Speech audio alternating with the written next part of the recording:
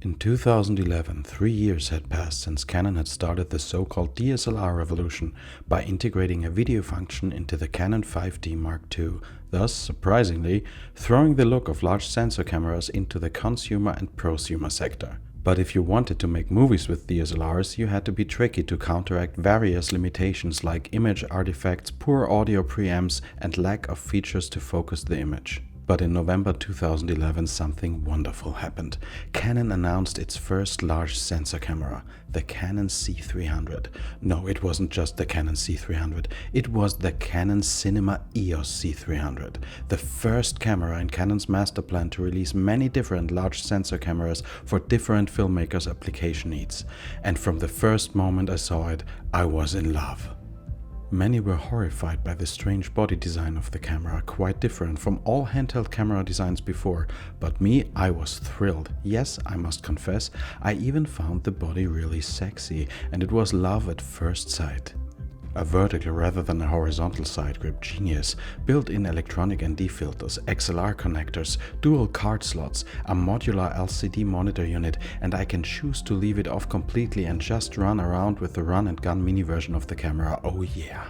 No, this camera was well thought out, and compared to the large sensor competitors of the time like the F3 from Sony or the AF100 from Panasonic, here you saw a design of the modern age and not the results of the designs of the 80s in which just newer technology hides. Yes, by that I mean especially you Panasonic AF100, you hideous thing. Ugh, yuck! And when the C300 was introduced back then, it was an event and a hype like I never experienced afterwards. 4 short films were presented with the release of the camera, and each short film showed what potential the camera had. One short demonstrated the dynamic range of the camera and showed how well it copes in harsh desert lighting conditions. Another short was packed with CGI and compositing shots to show how well the internal 8-bit 4:2 codec is suited for keying, and yet another short was shot at extremely high ISO values and showed the impressive low light capability of the camera. And then there was a statement about the camera from Martin Scorsese. Yes, you heard me right. F***ing Martin Taxi Driver Raging Bull Goodfellas Scorsese promoted the Canon Cinema EOS C300. I don't know of any other camera manufacturing company with a product in this price range that could attract such a big name to promote their product. It was sensational, and there was nothing I wanted more in this world than to own a Canon Cinema EOS C300. But then the price was announced, 20,000 euros. And within seconds my gigantic euphoria turned into a severe depression. If it had been 7,000 euros or even 10,000, I could have come up with something, but not at that price. It was impossible for me at the time. Street price of the camera was then unfortunately 16,000 euros, but still that was too much for me. And so I had to let the Canon C300 go.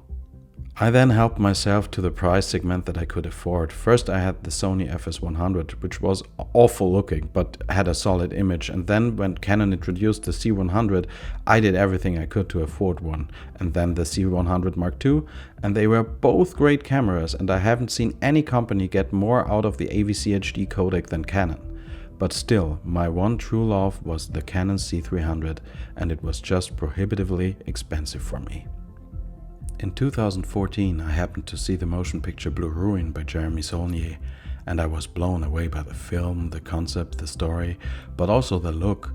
I looked up on IMDb what camera it was shot with, and surprise, surprise, it was shot with, of course, a C300, and it looked amazing. Yes, the C300 just wouldn't let me go. At some point the price dropped to 10,000 euros, and shortly after the Canon C300 Mark II was announced. But something was different about the Mark II, and no, I don't mean the technical advancement here like 4K instead of HD and such.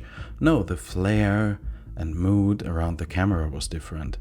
The body was similar but somehow chunkier and fatter. The top handle was sturdier, but you had to screw it on and off and couldn't quickly mount it up and down. There was no big name director talking about the new camera this time, and there was only one short film demonstrating the look of the new C300, and it looked like, yeah, for lack of better words, it looked like video. Well, that was also due to the makers of the promo film, no question, but still, the more video samples I saw, the less I liked the look of this new sensor. The magic was missing, the special sauce of the first generation was missing. Now this is of course a matter of taste, but in my opinion, the first generation Cinema EOS line, the C500, C300, 100 and the 1DC, had that special look. It's hard for me to put it into words, but that characteristic and the look of the sensor, the charm was gone after that. No, it was 2015 and I still preferred the original C300 instead of the new one, but it was still too expensive for me. Then came 2020. I had now suppressed my thoughts of the C300 for another 5 years and focused more on the trend of mirrorless cameras. The Canon C300 Mark III was already on the market and I was almost horrified. I admit the new sensor was definitely a big advancement compared to the one from the Mark II, but I wasn't remotely attracted to the thing. Meanwhile, Canon has also completely walked away from their unique first generation design and now makes soulless bricks like everyone else that are meant to be rigged up and just look ugly on their own. When I was on the phone with my video equipment dealer at the time about another matter, I simply asked out of curiosity how much a new Canon C300 Mark I costs in the meantime. He laughed at me and had to ask twice if I really meant the Mark I and not the Mark II or Mark III. I was almost ashamed to ask for an 8-bit HD camera in 2020. You serious? Then he checked his system and told me the camera was discontinued and the model was no longer manufactured. I was quiet for a moment, thanked him for the information and hung up. After that, I felt strange. Had I let her go? Had I let the love of my life pass me by? Only now that my dealer had told me that the camera was no longer available, only now did all these feelings come up. I realized how I had suppressed my desire and longing for this camera for almost 10 years, and in reality I still desired it as much as the first day. And no, I don't just want a used camera, someone else's whore, oh no, I want my own brand new Canon Cinema EOS C300. I want the full unboxing experience, I want the smell, I want to pull the camera out of its fine plastic cover and smell it. Okay, I'll stop already, this is getting weird, but you know what I mean. All I've had so far of a Canon C300 is other people's unboxing videos on YouTube. I simply wanted my own new C300. So the hunt began and the internet was scoured, but things looked bleak. Various dealers still had the camera listed as new and available on their homepages, but every time I tried to order one, I was told that they were sorry that the product page was still visible and that they had now deleted the page with the camera because it was no longer being manufactured and was no longer available. I even contacted Canon and even they no longer had access to a new C300. I had lost. I missed out on the love of my life. But then, deep in the darkest catacombs of the internet, on Google search page 8, practically already the darknet, the homepage of a Dutch camera dealer popped up and there was a Canon C300 Mark I listed as new and in stock. I picked up the phone immediately and called the store. When I spoke to the employee, I gave him the item number and he confirmed with a mundane matter-of-factness that the camera would be in stock. They would have one. I think I asked 4 times if he was really sure. He even went to the warehouse for me and called me back and confirmed it again. Yes, a brand new Canon C300 Mark I, new and with original packaging, is in stock.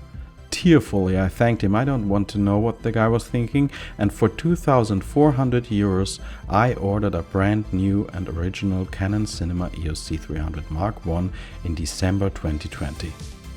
After the following 4 long days and sleepless nights and a few times peeing in my pants with excitement and anticipation, it was finally time. It was there and I unboxed it. You can see my girlfriend filmed me unboxing the camera looking cool. After she left the room, however, I cried with joy for about an hour. The camera works flawlessly and it is as beautiful as when I first saw it in the Canon livestream back in 2011.